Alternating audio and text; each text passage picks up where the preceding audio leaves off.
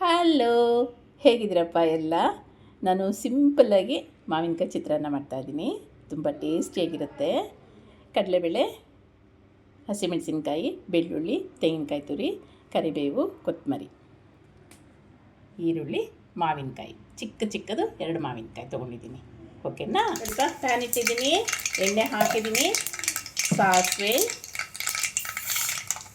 ಕಡಲೆಬೇಳೆ, ಹಸಿಮೆಣಸಿನ್ಕಾಯಿ, ಕರಿಬೇವು ಸ್ವಲ್ಪ ಜಾಸ್ತಿ ಹಾಕ್ತಾ ಇದ್ದೀನಪ್ಪ.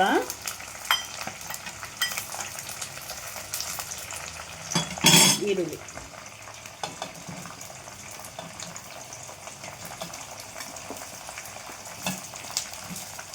ಉದ್ದುದ್ದ ಕಟ್ ಮಾಡಿದ್ದೀನಿ.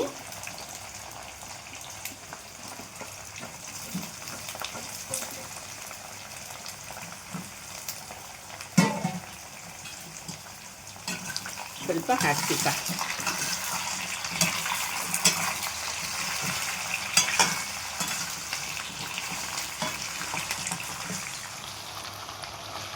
ಒಂದು 5 ನಿಮಿಷ ಈ ಥರ ಆಗಲಿಪ್ಪ, ಸ್ವಲ್ಪ ಅರ್ಧಂಬರ್ಧ ಆಗಲಿ ಈರುಳ್ಳಿ ಎಲ್ಲ. ಈಗ ಬೆಳ್ಳುಳ್ಳಿ ಹಾಕ್ತೀನಿ.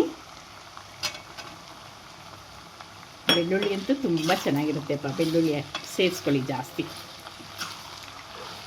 ಸ್ವಲ್ಪ ಉಪ್ಪು ಹಾಕ್ತೀನಿ, ಈರುಳ್ಳಿ ಎಲ್ಲ ಬ್ರೌನ್ ಕಲರ್ ಬರಲಿ. ಸ್ವಲ್ಪ ಅರಿಶಿನ,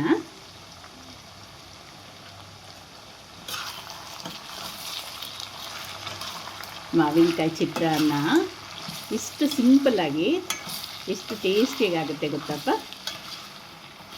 ತುಂಬ ಚೆನ್ನಾಗಿರುತ್ತೆ ಇದು ಟೇಸ್ಟ್, ಆಮೇಲೆ ಬೇಗನೂ ಆಗುತ್ತೆ. ನೋಡಿಪ್ಪ, ಸಿಮ್ಮಲ್ಲೇ ಇಷ್ಟಾಗಲಿ ಒಗ್ಗರಣೆ. ನೋಡಿ ಎಷ್ಟು ಚೆಂದ ಕಾಣಿಸುತ್ತೆ ಒಗ್ಗರಣೆ ಅಂತ.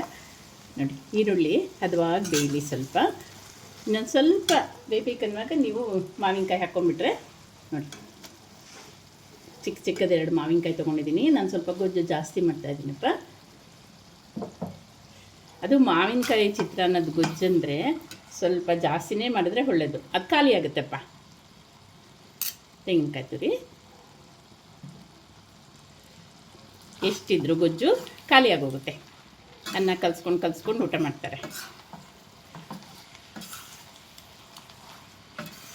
ಈಗ ನೀಟಾಗಿ ಸಿಮ್ಮಲ್ಲಿ ಇಟ್ಕೊಂಡು ನೀಟಾಗಿ ಆಡಿಸಿಪ್ಪ. ಎಷ್ಟು ಟೇಸ್ಟಿಯಾಗಿರುತ್ತೆ ಅಂದರೆ, ಅದರಲ್ಲೂ ಇನ್ನೊಂದು 2 ತುತ್ತು ಹೆಚ್ಚಿಗೆ ಊಟ ಮಾಡೋಣ ಅನಿಸುತ್ತೆ. ಆಮೇಲೆ ಟ್ರಿಪ್ಪಿಗೆಲ್ಲಪ್ಪ ಇದು ಚೆನ್ನಾಗಿ ಸೂಟ್ ಆಗುತ್ತೆ.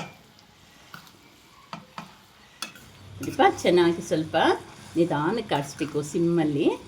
ಮಾವಿನಕಾಯಿಂದ ಘಮ ಬರಬೇಕು, ಹಸಿ ವಾಸನೆ ಎಲ್ಲ ಹೋಗಬೇಕು. ನೋಡಿ, ಈ ಥರ ಒಳ್ಳೆ ಚಿತ್ರಾನ್ನ ಚೆಂದ ಆಗೋದು ಅಲ್ವಾ? ಕರೆಕ್ಟಾಗಿದೆ ಎಲ್ಲ, ಎಣ್ಣೆ ಒಗ್ಗರಣೆ ಎಲ್ಲ.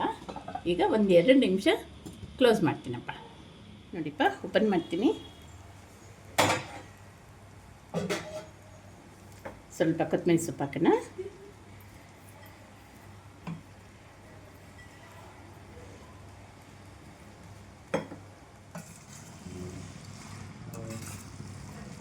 ಓಕೆನಾ?